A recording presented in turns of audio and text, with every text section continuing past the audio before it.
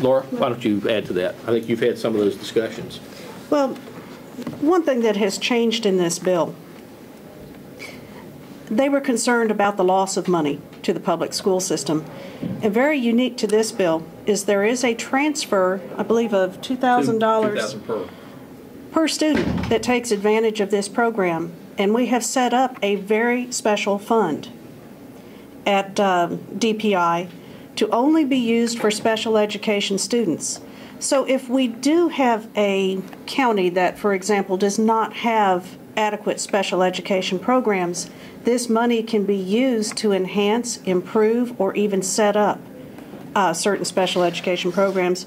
You may see in some of the larger counties they're having specialized autistic wings and autistic programs set up.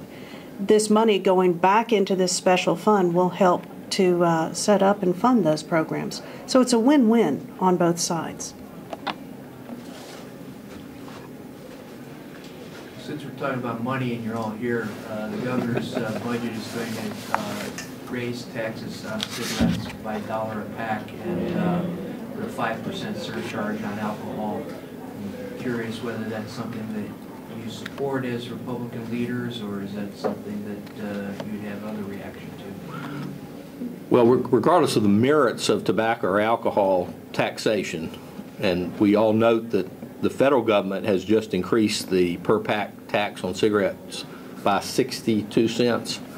So this will be $1 on top of that. The reason we have revenue problem this year is because we're in a deep recession. A deep recession means that people don't have money, and that people includes people who smoke and drink, which I don't do either of those.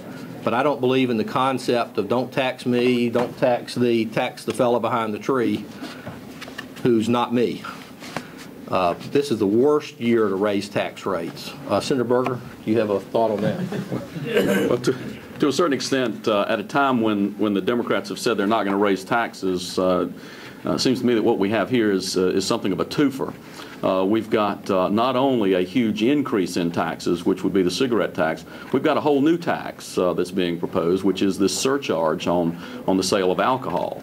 And again, I would just reiterate what Skip said about the raising of taxes at this time.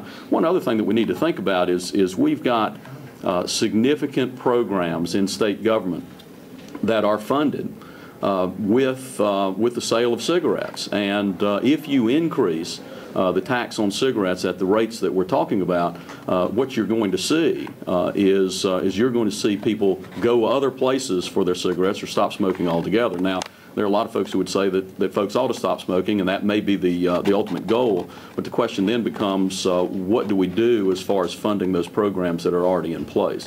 I just think that, one, it's a bad time to raise taxes. Two, I'm not sure from a long-range policy standpoint it makes a whole lot of sense in terms of ultimately balancing budgets. You mean go elsewhere? You mean like drive to Virginia? Oh, drive to Virginia. You know, I live in a county that's right on the border. Drive to Virginia, go to the Indian reservations and buy cigarettes where there is no tax, or ultimately some increase or substantial black market sale of cigarettes. You know, we used to see the situation where the word was that folks would load up tractor trailers of cigarettes and take them up to New York and sell them on the streets. We may actually see the opposite of that. Then the question comes, are we doing this to raise revenue or to meet the budget? And Senator Berger and I have presented several hundred millions of savings ideas last week and the week before. What I've given you today would be 25 to 30 million of recurring savings to the state. The governor and the Democratic leadership are just going to have to decide whether their ideology is so important to them that they will not consider these money-saving ideas. And so far we've talked about money-saving ideas that do not reduce services. Yes. What do you make of giving the individual departments a lot of power to decide what and where they cut? I think the school's going to get some choice. I think the universities are asking to leave us alone. We'll cut where we see fit. What's the thought on that from a legislative perspective? Well, please understand, while the Democrats are in a closed-door budget meeting receiving the budget. We have not seen it yet. The press may have seen it. We haven't seen it yet. So Hold your fire then. let's at least have a chance to glance at the volume before we have a lot of comment on the governor's budget. We're not invited to those meetings.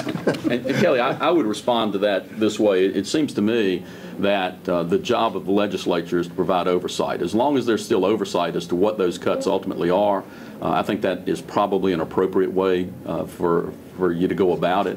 You would expect that those managers, those people in state government know best where the savings can be found and where they need to preserve money in order to perform their function. So hopefully we've got those sorts of things, but ultimately the oversight for that needs to be either in the legislative or the executive branch or a combination of the two.